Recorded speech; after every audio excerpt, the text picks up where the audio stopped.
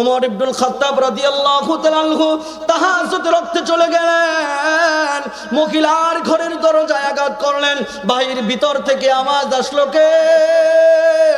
উমর ইবনুল খাত্তাব রাদিয়াল্লাহু তাআলা আনহু জবাব দেয়, ওই তৃতীয় দিন আমি হাজির হয়েছি উমর। ও মা, ও বিধবা মা, আপনার ঘরের খেদমতের জন্য আমি উমর হাজির হয়েছি। প্রথম দিন সকালে এসে আপনার খেদমত করতে পারি নাই, ফজরের ওয়াক্তে এসে আপনার খেদমত করতে পারি নাই, তাই তাহাজ্জুদের ওয়াক্তে আপনার খেদমতের জন্য আসছি, আপনার ঘরের কাজগুলো করে দেওয়ার জন্য আসছি। ভিতর থেকে তৃতীয় দিনের মতো ওই মহিলাটা ডাক দিয়া বলে, ও উমর, প্রত্যেক দিনের ন্যায় যে মানুষটি আমার ঘরের কাজ করে দেয়, আজকেও সে আমার ঘরের কাজ করে মাত্র বের হয়ে গেল। কন্যা আল্লাহু আকবার, উচ্চ আওয়াজ দিয়ে বলেন আল্লাহু আকবার। যে উমর ইসলাম গ্রহণ করার আগে, যে উমর ইসলাম গ্রহণ করার আগে রাঙা তরবারি নিয়ে মুহাম্মাদুর রাসূলুল্লাহকে কতল করবার জন্য, আবু জাহেলের কাছ থেকে উট পুরস্কার পাওয়ার জন্য, কাফেরদের কাছ থেকে বাহবা নেওয়ার জন্য, আল্লাহর রাসূলকে হত্যা করার জন্য রাঙা তরবারি নিয়ে রাস্তা দিয়া ঘুরতো আর বলতো, আব্দুল্লাহর বেটা মুহাম্মদকে পেলে তার দেহ থেকে তার কল্লাটা আলাদা করব। কিন্তু মুহাম্মাদুর রাসূলুল্লাহর এমন আদর্শ, আল্লাহর রাসূলের হাতে ওই উমর কালিমা গ্রহণ করার কারণে, ওই উমর ইসলাম গ্রহণ করার কারণে, ওই উমর কুরআন গ্রহণ করার কারণে, ওই উমর কালিমা গ্রহণ করার কারণে ওই গরমওয়ালা উমর এমন নরম হয়ে গেছে, নিজের আখিরাতের পুঁজি করবার জন্য, বৃদ্ধ মহিলার খেদমত করার জন্য বারবার বৃদ্ধ মহিলার দুয়ারে যায়। কন্যা আল্লাহু আকবার।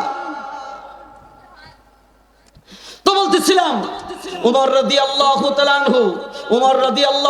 আনহু তিনবার যাওয়ার পরে যখন কোন মহিলার খেদমত করতে পারলেন না, তৃতীয়বার চিন্তা করলেন খেদমতের প্রয়োজন নয়, কিন্তু দেখব কে এই মহিলার খেদমত করে। চতুর্থ দিন উমর রাদিয়াল্লাহু তাআলা আনহু বৃদ্ধ মহিলার বাড়ির পাশে ঝোপ জারি লুকিয়ে আছে, এশারের পর থেকে লুকিয়ে আছে, যে দেখব চতুর্থ দিন এই বৃদ্ধ মহিলার খেদমত কোন মানুষটি করে। উমর রাদিয়াল্লাহু তাআলা আনহু যখন দাঁড়ায়, উমর রাদিয়াল্লাহু তাআলা আনহু ঝোপ জারে যখন লুকায়া রইলেন, দেখলেন রাত্র যখন গভীর হয়ে গেছে, পিল পিল পায়ে বৃদ্ধ বয়সী একটা মানুষ সামনের দিকে আগাচ্ছে। উমর রাদিয়াল্লাহু তাআলা আনহু ঝোপঝাড় থেকে বের হয়ে ওই বৃদ্ধ মানুষটির সামনে দাঁড়ায় গেলেন। বৃদ্ধ মানুষটির সামনে দাঁড়ায়া উমর রাদিয়াল্লাহু তাআলা আনহু আশ্চর্য হয়ে গেলেন, উনি তো দুনিয়ার আর কোনো মানুষ নয়, উনি তো হলো মুসলমানদের রাষ্ট্রপ্রধান, মুসলমানদের খলিফা সিদ্দিক আকবর রাদিয়াল্লাহু তাআলা আনহু। কন্না আল্লাহু আকবার।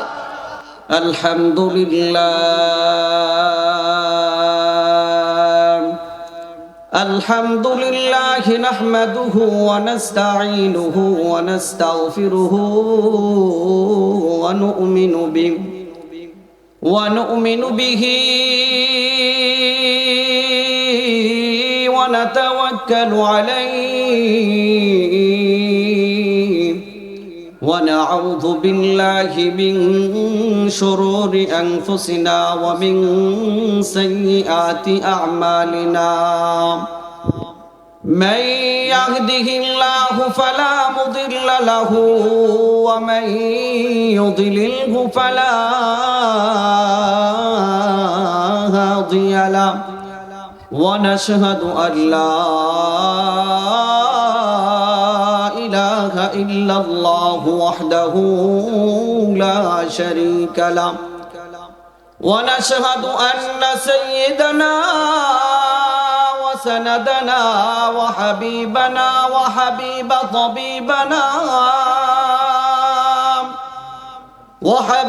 طبيبنا وطبيب قلوبنا ومولانا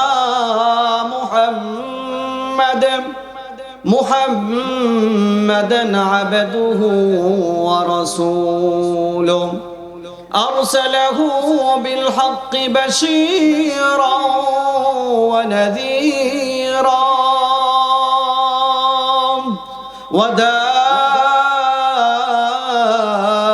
وداعيا إلى الله بإذنه وسراجا وقمرا منيرا أما بعد فقد قال الله تعالى في كلامه المجيد والفرقانه الحميد أعوذ بالله من الشيطان الرجيم بسم الله الرحمن الرحيم إن الله اشترى من المؤمنين أنفسهم وأموالهم بأن لهم الجنة صدق الله العظيم وصدق رسوله النبي الكريم ونحن على ذلك من الشاهدين والشاكرين والحمد لله رب العالمين قال رسول الله صلى الله عليه وسلم لا يؤمن أحدكم حتى أكون أحب إليه من والده وولده والناس أجمعين أو كما قال النبي صلى الله عليه وسلم اللهم صل على محمد كما صليت على إبراهيم وعلى آل إبراهيم إنك حميد مجيد اللهم بارك على محمد وعلى آل محمد كما باركت على إبراهيم وعلى آل إبراهيم إنك حميد مجيد মহান আল্লাহ পাক রব্বুল আলামিনের দরবারে আমরা সকলেই শুকরিয়া আদায় করব যে আল্লাহ পাক রব্বুল আলামিন আমাদেরকে জামিয়া সিদ্দিকিয়া মহিলা মাদ্রাসার প্রথম বার্ষিক ইসলামী মহাসম্মেলনে দুনিয়ার চাকরি ব্যবসা লেনা দেনা দুনিয়ার সমস্ত চাহিদা থেকে ফারেক করে আল্লাহ পাক রব্বুল আলামিন আমাদেরকে জালিসুর রহমান বাগানে কোরআনের ময়দানে কোরআনের মাহফিলে জান্নাতের পরিবেশে আসবার বসবার তৌফিক দিয়েছেন এজন্য খুশি না বেজার জবান খুলে বলেন খুশি না বেজার খুশির আওয়াজ নিচু হয় না উঁচু হয় যেহেতু আল্লাহ পাক রব্বুল আলামিন আমাদেরকে দোকান চাকরি ব্যবসা লেনা দেনা দুনিয়ার সমস্ত চাহাত থেকে আল্লাহ তাআলা ফারেক করে কোরআনের ময়দানে জান্নাতের পরিবেশে ঈমান শিখবার জন্য দ্বীন শিখবার জন্য আখিরাতের পুঁজি অর্জন করবার জন্য জালিসুর রহমান বাগানে আল্লাহ তাআলা আমাদেরকে আসবার বসবার তৌফিক এনায়েত করেছেন এজন্য দিল থেকে জবান খুলে উঁচু আওয়াজে কালিমাতুশ শুকর আদায় করে বলি আলহামদুলিল্লাহ সম্মিলিত আওয়াজে আলহামদুলিল্লাহর আওয়াজ হয় না সকলে বলি আলহামদুলিল্লাহ জবান দিয়েছেন কে শুকরিয়া আদায় করব কার কোন নেতা নেত্রীর শুকরিয়া আদায় করব না শুকরিয়া আদায় করব কার নির্বাচন আসলে প্রতীকের স্লোগান দিতে দিতে আমরা গলা ফাটায় ফেলাই আর আল্লাহ জবান দিয়েছেন এই দমনিতে আওয়াজ দিয়েছেন আল্লাহ আল্লাহর নামের আল্লাহর নামের তাকবীর আমরা যতদিন বেঁচে থাকবো এমন উচ্চ আওয়াজে তাকবীর দিব যে তাকবীর দিয়েছিলেন শাহজালাল ইয়ামানি, যে তাকবীরের দবিনে, যে তাকবীরের আওয়াজে গৌর গোবিন্দ বাংলার জমিন থেকে পলায়ন করতে বাধ্য হয়েছে, ঠিক কিনা মুসলমান তাকবীর দিয়েছে, স্বৈরা শাসক বাংলার জমিন থেকে পালাতে বাধ্য হয়েছে, ঠিক কিনা মুসলমান? স্পষ্ট ভাষায় আমরা পয়গাম পৌঁছে দিতে চাই। 17 বছর যেভাবে বাংলাদেশকে শোষণ করেছে, বিগত দিনে সামনে যে সরকার গঠিত হবে, সামনে যে সরকার আসবে, ওই নিয়ম নীতি মানা যাবে না, মানতে দেওয়া হবে না, ঠিক কিনা মুসলমান? 92 মুসলমানের দেশে মুসলমানের আবেগ আর ভালোবাসা নিয়ে ক্ষমতায় থাকতে হবে, ঠিক কিনা মুসলমান? তো মুসলমান সকল কাজ করবে, সকল কাজ করার আগে সাহায্য প্রার্থনা করবে কার কাছে? ও উঁচু আওয়াজে বলেন, কার কাছে? তো মুসলমান সকল ভালো কাজ করবার আগে পারমিশন হলো, মুসলমান সকল কাজ করার আগে বলবে ইনশা। বলেন ইনশা। মুসলমান কোন কাজ, ভালো কাজ শুরু করার আগে যদি ইনশাআল্লাহ না বলে, আল্লাহর কাছ থেকে পারমিশন না নেয়, তাহলে মুসলমানের ওই কাজটা সুন্দর হয় না, মুসলমানের ওই কাজটা গুছালো হয় না, পরিপাটি হয় না, কেমন জানি একটা ত্রুটিযুক্ত থাকে। এটা বোঝানোর জন্য আলোচনার শুরুতেই একটা ঘটনা বলি, শুনবেন তো মনোযোগ দিয়ে ইনশাআল্লাহ। আমরা এই মাহফিলে আসছি, আখিরে মুনাজাত পর্যন্ত কে কে থাকবো ইনশাআল্লাহ? 2 হাত তুলে দেখাই তো। মুসলমান যদি ইনশাআল্লাহ বলে কাজ শুরু করে, ওই কাজে সাহায্য দেয় কে? ওই কাজে বরকত দেয় কে? ওই কাজে রহমত দেয় কে? তো এই যে মুখিপুর বাজার, মাঝে মধ্যে গরু কেনা বেচা করবার জন্য ত্রিশাল গরু হাট আমরা যাই না? কথা বলেন, যাওয়ার প্রয়োজন পড়ে না? তো আপনাদের মুখিপুর থেকে, এই গ্রাম থেকে একজন মানুষ গরু কিনবে বা গুড়া কিনবে, তো গরু বা গুড়া কেনার জন্য গরু বা গুড়ার হাটেইতে যেতে হবে, ঠিক না? তো এই মুখিপুরের গ্রাম থেকে ত্রিশাল গরু হাটা বাজারে যাবে গুড়া কিনবার জন্য একজন যুবক। তো জোহরের পরেই রওনা করছে, নিজের বাড়ি থেকে বাজারে যাওয়ার প্রতিমধ্যে একটা মসজিদ পড়ে। তো জোহরের নামাজ পড়ে ইমাম সাহেব মসজিদের সামনে বেঞ্চ বা টুল বা এরকম চেয়ার ফালায়া বসে রয়েছে, হাতে একটা পরের বাড়িতে খায় হাতের একটা পানের বটা, পানের বটার ভিতরে সামান্য চুন। মৌলবী 10-12 হাজার টাকায় চাকরি করে, পোশাকে দেখা যায় না গরিব, চেহারায় দেখা যায় না গরিব, দেখতে মনে হয় না যে সে কষ্টে আছে, অল্প তেলে মসমসা ভাজা। এই উলামায়ে কেরামের জিন্দেগিতে বরকত দেয় কে? বলেন বরকত দেয় কে? শাইখুল হাদিস আল্লামা আজিজুল হক রহমাতুল্লাহি আলাইহি উনি বলতেন যে হালালের বরকত হলো, তাকওয়াওয়ালার বরকত হলো সে ইনকাম করবে অল্প, কিন্তু অল্প ইনকামের ভিতরে আল্লাহ তাআলা বরকত দান করবে। কন্যা সুবহানাল্লাহ। এজন্য উনি বলতেন যে অল্প তেলে মসমসা ভাজা, অল্প তেলে মসমসা ভাজা। তো যুবক বাড়ি থেকে রওনা করছে, ত্রিশাল গরু হাটা যাবে, গুড়া কিনবে। তো যখন রওনা করছে, ইমাম সাহেবের সামনে দিয়া যখন যায়, মহল্লার ইমাম সাহেবের সামনে দিয়া, ইমাম সাহেবকে সালাম দেয় নাই, ইমাম সাহেব উল্টা সালাম দিছে। দেওয়ার পর বলতেছে, ভাইজান কোথায় যাচ্ছেন? বলতেছে, যাইতেছি তো ত্রিশাল গরু হাটা, গুড়া কিনবো। কি কিনবো? কথা বলেন, কি কিনবো? গুড়া কিনবো। তো ইমাম সাহেব বলতেছে, ভাইজান আপনি তো আল্লাহর কাছ থেকে সাহায্য কামনা করলেন না। তো মুসলমান সকল কাজ করবে, ইনশাআল্লাহ বলবে যে ইনশাআল্লাহ আমি বাজারে যাচ্ছি, ইনশাআল্লাহ আমি ঘোড়া কিনবো, ইনশাআল্লাহ বাজার থেকে চলে আসবো, ইনশাআল্লাহ আমি ব্যবসা করব, ইনশাআল্লাহ আমি চাকরি করব, ইনশাআল্লাহ আমি রাজনীতি করব, ইনশাআল্লাহ আমি খেতে খামারে কাজ করব।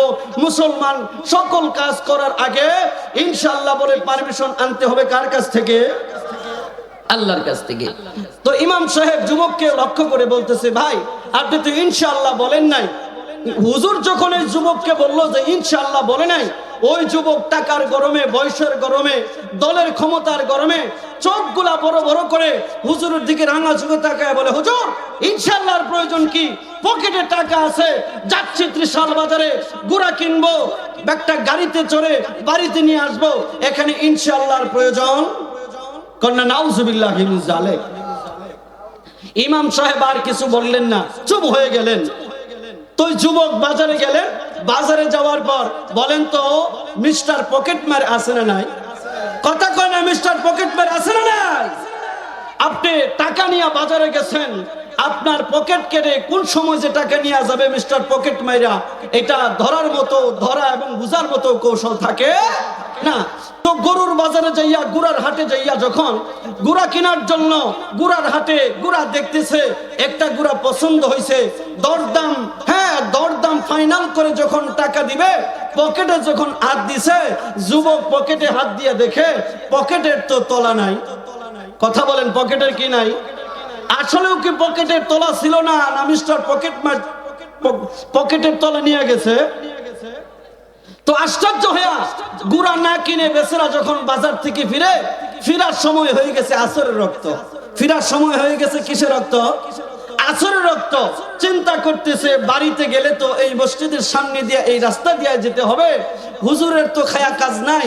জোহরে যেমনি ভাবে ওই নামাজ পড়ে মসজিদের বারান্দায় চারে বসা ছিল, আসরের নামাজ পড়েও তো হুজুর একই জায়গায় বসা থাকবে। এই যে গুড়া কিনতে পারলাম না, পকেট মার চুর নিয়ে গেছে, টাকা নিয়ে গেছে, হুজুরের কাছে কি জবাব দিব? বিকল্প কোনো রাস্তাও নাই বাড়িতে যাওয়ার জন্য। যুবক যখন ওই রাস্তা দিয়ে আসে, ইমাম সাহেব আসরের ইমামতি শেষ করার পর আরেকটা 5 টাকার পান খাইয়া ঠুটটা বুলবুলের ঠুটের মতো লাল বানাইয়া চারে বসে বসা, হ্যাঁ দেখে ওই যুবক আসে। যাওয়ার সময় যুবকের চেহারায় আর দেহের ভিতরে যে একটা গরিমা ছিল, ওই গরিমা আর দেখা যায় না। যাওয়ার সময় যুবকের চেহারা ছিল উপরের দিকে, সিনাটা ছিল টান টান, কিন্তু যুবক যখন বাজার থেকে ফিরে দেহের চেহারাটা নিচের দিকে দিয়া, সিনাটা একটু বাঁকায়া সামনের দিকে আসতেছে। হ্যাঁ, যাওয়ার সময় ইমাম সাহেবকে সালাম দেয় নাই, আসার পথে ইমাম সাহেবকে আগে থেকে সালাম দিতেছে, আসসালামু আলাইকুম ওয়া রাহমাতুল্লাহ। ইমাম সাহেব তো বুঝা ফেলাইছে।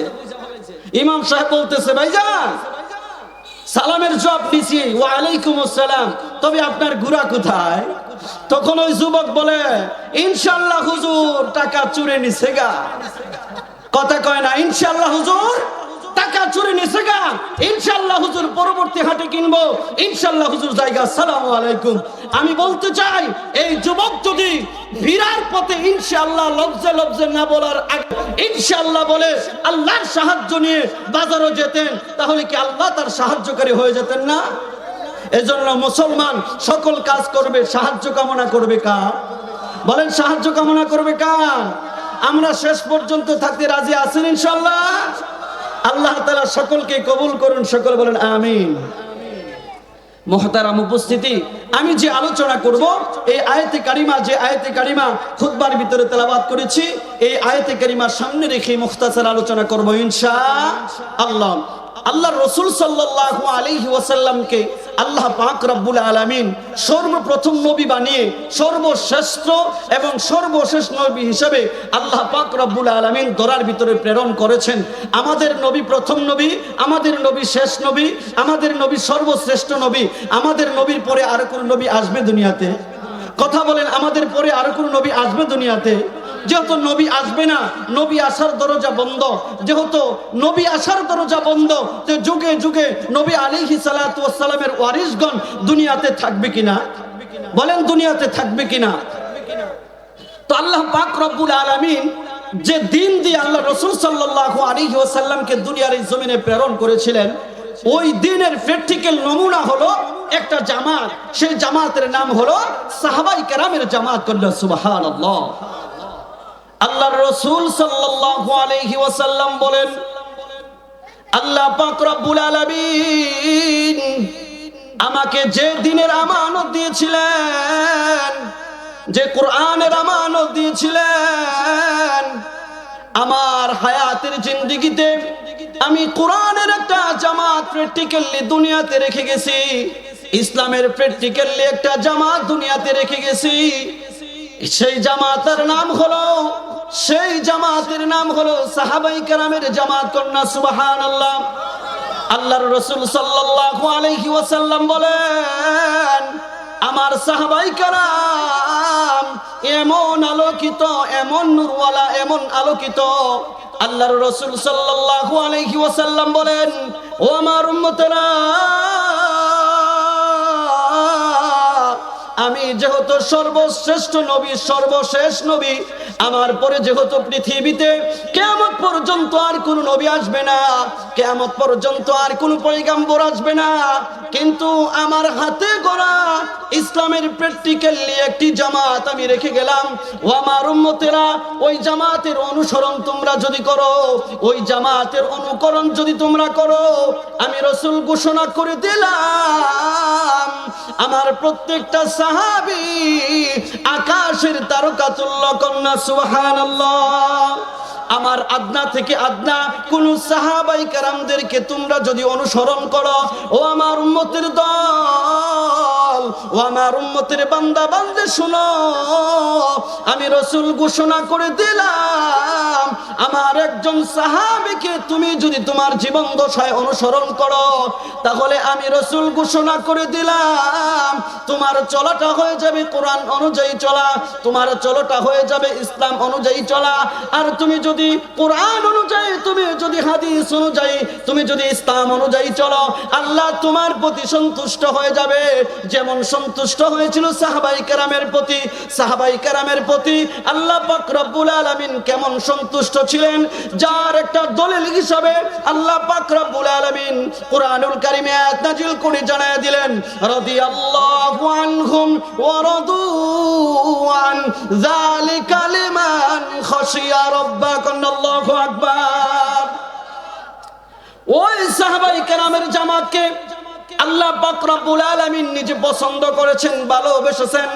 ভালোবাসার সার্টিফিকেট আল্লাহ পাক রব্বুল আলামিন কুরআনুল কারীমে দিয়েছেন, রাদিয়াল্লাহু আনহুম ওয়া রাদওয়ান। আমি সাহাবাই কেরামদেরকে ভালোবেসেছি, সাহাবাই কেরামও আমি আল্লাহর কাছ থেকে ভালোবাসা অর্জন করতে পেরেছিল। কন্যা সুবহানাল্লাহ।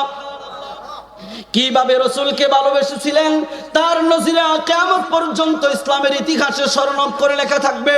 সাহাবাই কেরাম যেভাবে রাসূলকে অনুসরণ করেছেন, সাহাবাই কেরাম রাসূলকে যেভাবে অনুকরণ করেছেন, কিয়ামত পর্যন্ত আমি আর আপনি যদি, আর উম্মতের বান্দা বান্দি যদি ওইভাবে রাসূলকে অনুসরণ করতে পারি, ওইভাবে রাসূলকে অনুকরণ করতে পারি, তাহলে সাহাবাই কেরামের প্রতি যেমন আল্লাহ খুশি হয়েছেন, আমাদের প্রতিও আল্লাহ তাআলা খুশি হয়ে আমাদেরকেও জান্নাতের মালিক বানায় দিবেন। কন্যা সুবহানাল্লাহ। আল্লাহর রাসূল সাল্লাল্লাহু আলাইহি ওয়াসাল্লামের জীবন দশায় আল্লাহর রাসূল সাহাবায়ে কেরামদেরকে দ্বীন শিক্ষা দিয়েছেন। আল্লাহর রাসূল যখন দুনিয়া থেকে চলে গেলেন, ইসলামী ইমারত কায়েম করে, ইসলামী শাসন ব্যবস্থা কায়েম করে, ইসলামী রাষ্ট্র ব্যবস্থা কায়েম করার পর, আল্লাহর রাসূলের হায়াত শেষ হয়ে যাওয়ার পর আল্লাহ পাক রব্বুল আলামিন আল্লাহর রাসূলকে দুনিয়া থেকে উঠায় নিয়ে গেলেন। দুনিয়া থেকে উঠায় নেওয়ার পর পৃথিবীতে মুসলমানদের সাহাবায়ে কেরামদের ভিতরে প্রথম খলিফা হলেন আবু বকর সিদ্দিক রাদিয়াল্লাহু তাআলা আনহু। কন্যা সুবহানাল্লাহ। ভালো করে লক্ষ্য করে শুনবেন, ভালো করে লক্ষ্য করে শুনেন, তখনকার রাষ্ট্রপ্রধানরা কেমন ছিল আর বর্তমান রাষ্ট্রপ্রধানরা কেমন। ক্ষমতা পাওয়ার পর সাহাবায়ে কেরাম কেমন নমনীয়তা ছিলেন, ক্ষমতা পাওয়ার পর সাহাবায়ে কেরাম ক্ষমতার কেমন হক আদায় করেছেন। সিদ্দিক আকবর রাদিয়াল্লাহু তাআলা আনহু যখন মুসলমানদের রাষ্ট্রপ্রধান হয়ে গেলেন, মুসলমানদের আমিরুল মুমিনিন হয়ে গেলেন, মুসলমানদের খেলাফতের আমির হয়ে গেলেন, আমির হয়ে যাওয়ার পর, রাষ্ট্রপ্রধান হয়ে যাওয়ার পর, তখন ইসলামী শাসন ব্যবস্থার একটা নিয়ম ছিল, রাষ্ট্রের অফিসগুলোতে সমাজের যে সকল বিধবা মহিলা থাকে, সমাজের যে সকল অসহায় অনাথ শিশু থাকে, তাদের একটা তালিকা করা হতো, রাষ্ট্রীয়ভাবে তাদেরকে লালন পালন করা হতো, রাষ্ট্রীয়ভাবে তাদের জন্য ভাতার ব্যবস্থা করা হতো, রাষ্ট্রীয় পৃষ্ঠপোষকতায় তাদের জন্য সমস্ত ব্যবস্থাপনার আঞ্জাম দেওয়া হতো। সিদ্দিক আকবর রাদিয়াল্লাহু তাআলা আনহু মুসলমানদের প্রথম খলিফা উমর ইবনুল খাত্তাব রাদিয়াল্লাহু তাআলা আনহু একদিন মহিলার খেদমতের নিয়তে ওই মুসলমানদের অফিসের ভিতরে ঢুকলেন।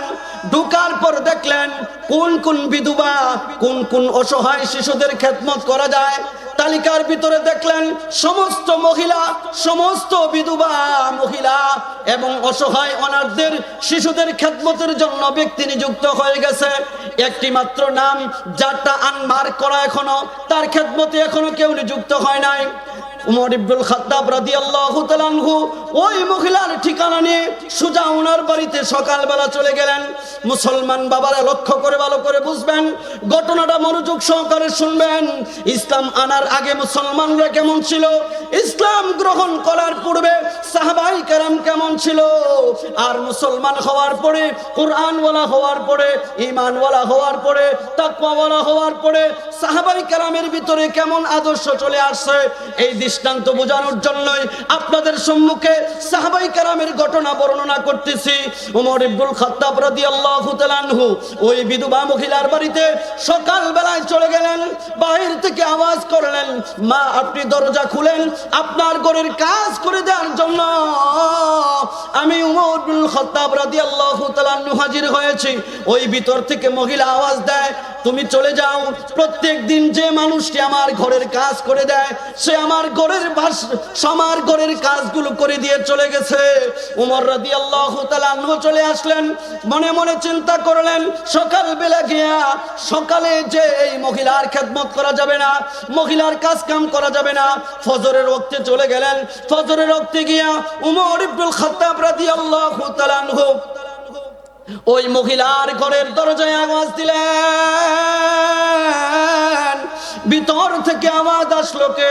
ওমর ইবনুল খাত্তাব রাদিয়াল্লাহু তাআলা আনহু বলে, ওই যে গতকাল আমি আসছিলাম ওমর, মা আপনার ঘরের কাজগুলো করে দেওয়ার জন্য আমি আসছি। ভিতর থেকে বিধবা মহিলা আওয়াজ দেয়, ওমর প্রত্যেক দিন যে মানুষটি আমার ঘরের কাজ কাম করে দেয় সে প্রত্যেক দিনের ন্যায় আমার ঘরের কাজগুলো করে মাত্র বের হয়ে গেল। ওমর রাদিয়াল্লাহু তাআলা আনহু দ্বিতীয় দিন ওই বিধবা মহিলার খেদমত করতে পারলেন না, দ্বিতীয় দিনও মহিলার কোনো কাজ কাম করতে পারলেন না। ওমর ইবনুল খাত্তাব রাদিয়াল্লাহু তাআলা আনহু উনি চিন্তা করলেন, যেহেতু সকাল বেলা এসেও খেদমত করতে পারলাম না, ফজরের রক্তেও এসেও খেদমত করতে পারলাম না, তাহাজ্জুদের রক্তে এসে মহিলার খেদমত করতে হবে। ওমর ইবনুল খাত্তাব রাদিয়াল্লাহু তাআলা আনহু তাহাজ্জুদের রক্তে চলে গেলেন, মহিলার ঘরের দরজায় আঘাত করলেন। ভিতর থেকে আওয়াজ আসলো কে?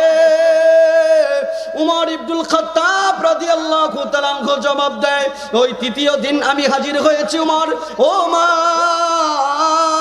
ও বিধবা মা, আপনার ঘরের খেদমতের জন্য আমি উমর হাজির হয়েছি।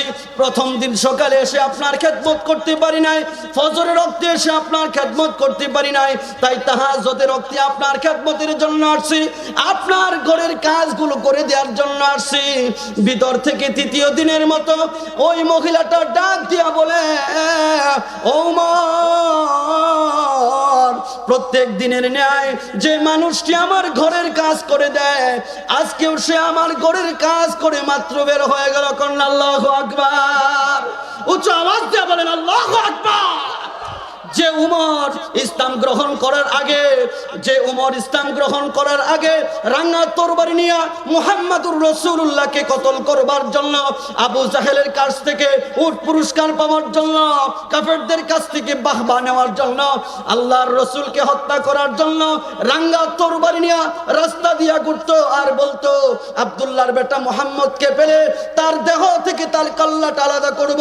কিন্তু মুহাম্মাদুর রাসূলুল্লাহর এমন আদর্শ, আল্লাহর রসুলের হাতে ওই উমর কালিমা গ্রহণ করার কারণে, ওই উমর ইসলাম গ্রহণ করার কারণে, ওই উমর কুরআন গ্রহণ করার কারণে, ওই উমর কালিমা গ্রহণ করার কারণে ওই গরম ওলা উমর এমন নরম হয়ে গেছে, নিজের আখিরাতের পুঁজি করবার জন্য, বৃদ্ধ মহিলার খেদমত করার জন্য বারবার বৃদ্ধ মহিলার দুয়ারে যায়। কন্না আল্লাহু আকবার। তো বলতেছিলাম উমর রাদিয়াল্লাহু তাআলা আনহু তিনবার যাওয়ার পরে যখন কোন মহিলার খেদমত করতে পারলেন না, তৃতীয়বার চিন্তা করলেন খেদমতের প্রয়োজন নয়, কিন্তু দেখবো কে এই মহিলার খেদমত করে? চতুর্থ দিন উমর রাদিয়াল্লাহু তাআলা আনহু বৃদ্ধ মহিলার বাড়ির পাশে ঝোপঝাড়ে লুকিয়ে আছে। এশারের পর থেকে লুকিয়ে আছে যে দেখব চতুর্থ দিন এই বৃদ্ধ মহিলার খেদমত কোন মানুষটি করে। উমর রাদিয়াল্লাহু তাআলা আনহু যখন দাঁড়ায়, উমর রাদিয়াল্লাহু তাআলা আনহু ঝোপঝাড়ে যখন লুকায়া রইলেন, দেখলেন রাত্র যখন গভীর হয়ে গেছে, পিল পিল পায়ে বৃদ্ধ বয়সী একটা মানুষ সামনের দিকে আগচ্ছে। উমর রাদিয়াল্লাহু তাআলা আনহু ঝোপঝাড় থেকে বের হয়ে ওই বৃদ্ধ মানুষটির সামনে দাঁড়ায় গেলেন। বৃদ্ধ মানুষটির সামনে দাঁড়ায়া উমর রাদিয়াল্লাহু তাআলা আনহু আশ্চর্য হয়ে গেলেন। উনি তো দুনিয়ার আর কোনো মানুষ নয়, উনি তো হলো মুসলমানদের রাষ্ট্রপ্রধান, মুসলমানদের খলিফা সিদ্দিক আকবর রাদিয়াল্লাহু তাআলা আনহু। আল্লাহু আকবার। উমর রাদিয়াল্লাহু তাআলা আনহু আশ্চর্য হয়ে গেলেন, বলতেছেন আমিরুল মুমিনিন, আপনি কেন এত গভীর রাত্রে এখানে? আপনার আসার প্রয়োজন কি? আপনি রাষ্ট্রের কাজ করেন, সারাদিন রাষ্ট্র কাজে ব্যস্ত থাকার পরে একটু রাত্রিবেলা আপনি বিশ্রাম করবেন, একটু ঘুমাবেন, পরিশ্রমের শরীর একটু ঘুমের মাধ্যমে আপনি শান্ত দিবেন। আপনি এই বৃদ্ধ মহিলার খেদমত করতে আসছেন, আমরা কি করব? আপনি আসলে আমাদেরকে এই দায়িত্বটুকু দিতেন। উমর রাদিয়াল্লাহু তাআলা আনহুর কথা সিদ্দিক আকবর রাদিয়াল্লাহু তাআলা আনহুর চেহারার দিকে উমর রাদিয়াল্লাহু তাআলা আনহু পা থেকে মাথা পর্যন্ত তাকায় দেখে যে আমিরুল মুমিনিন আবু বকর সিদ্দিক রাদিয়াল্লাহু তাআলা আনহুর খালি পায়ে কোনো জুতা নাই। উমর রাদিয়াল্লাহু তাআলা আনহু প্রশ্ন করলেন, আমিরুল মুমিনিন, আপনি খালি পায়ে এত দূরে আপনি খালি পায়ে হেঁটে হেঁটে আসলেন, আপনার পা গুলা রক্ত বের হওয়ার উপক্রম হয়ে গেছে, আপনি কেন জুতা পা দিয়ে আসলেন না?